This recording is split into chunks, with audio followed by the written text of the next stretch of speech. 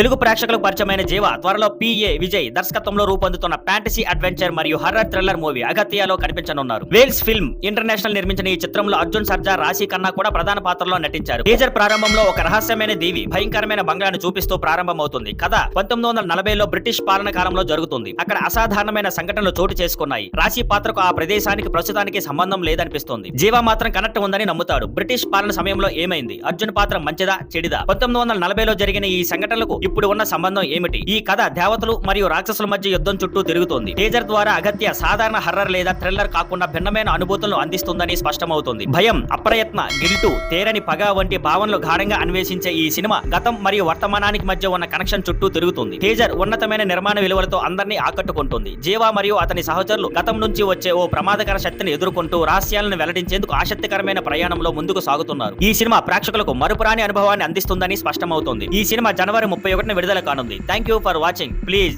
Like, share and subscribe.